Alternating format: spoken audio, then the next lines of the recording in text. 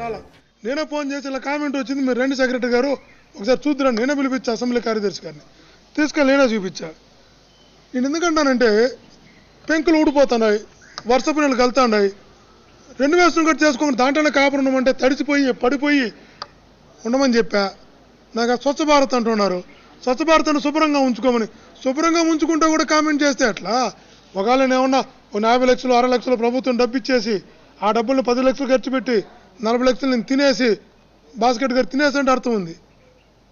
నేను లోన్ పెట్టి నేను 10 రూపాయలు పెట్టి నువ్వు శుభ్రంగా ఉంచుకుందామని అక్కడ రెన్యువేట్ చేస్తే దాన్ని కూడా తప్పంటే ఎట్లా? ఇంకో మాట కూడా చెప్తున్నా, గతంలో ఎలా అక్కడ ఉందో రమేష్ రాథోడ్ గారు ఎమ్మెల్యేగా ఉన్నప్పుడు ఎలా రేకులు చెట్టేసి ఎలా పెట్టాడో ఒక్క అడుగు అట్లా ఇటు జరుపుంటే చెప్పని చెప్పు.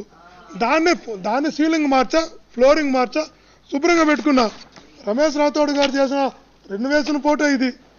యాజ్ ఇట్ ఈస్ చూడండి, డోర్లు కూడా ఫస్ట్ డోరు సెకండ్ డోరు దాన్ని అలాగే రెన్యువేట్ చేసిన, ఒక్క అడుగు కూడా ముందుకే జరుపులా. అప్పుడు ఎందుకు మాట్లాడలేదు?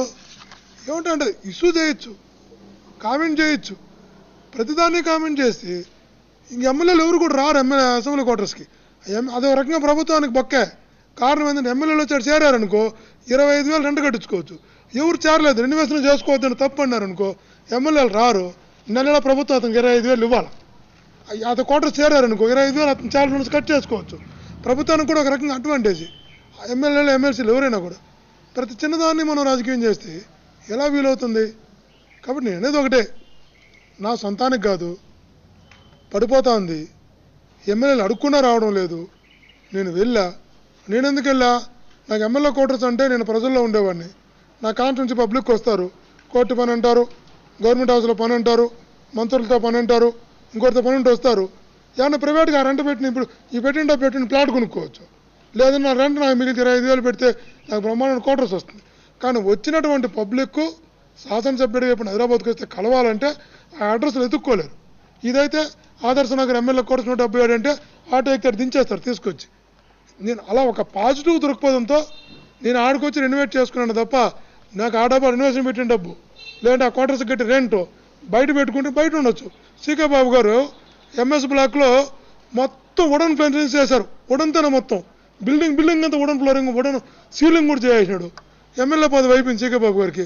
ఇంటికి వెళ్ళిపోయినారు, ఎవరో వాళ్ళ ఎమ్మెల్యే ఆక్యుపై చేసుకున్నాడు. సీకే బాబు వుడన్ ఫ్లోరింగ్ చేశాడని చెప్పి గోళ్ళన్నీ వుడన్ ఫ్లోరింగ్ పిరుక్కోమన్నాడా? పిరుక్కొని పోలేదు కదా. కాబట్టి ఏదైనా కూడా కొన్ని పాజిటివ్ ఇష్యూస్ ఉంటాయి, ఎంకరేజ్ చేయాలా, నెగిటివ్ ఇష్యూస్ ఉంటాయి, క్రిటిసైజ్ చేయాలా. అన్నిటికీ ఒకటే మంత్రం ఎత్తుకుంటే అట్లా. కాబట్టి నేను చెప్పేది ఒకటి, నేను సదుద్దేశంతో చేసిన, పడిపోతా ఉంది శుభ్రంగా ఉంచుకోవడం కోసం చేసిన, దాన్ని కూడా కామెంట్ చేయడం అన్నది వాళ్ళ విజ్ఞతకు వదిలేస్తుంది. నేను చెప్తున్నా కదా, పర్మిషన్ ఆర్డర్ ఫోటో చూడొచ్చు. రమేష్ రాథోడ్ గారు ఉన్నప్పుడు బిల్డింగు ఆ 2 డోర్లు చూడండి. నేను వచ్చినప్పుడు ఒక్క అడుగు అలా ఇలా వచ్చుంటే అవును గవర్నమెంట్ ఏమన్నా సీక్రెట్గా అడవుల్లో కొండల్లో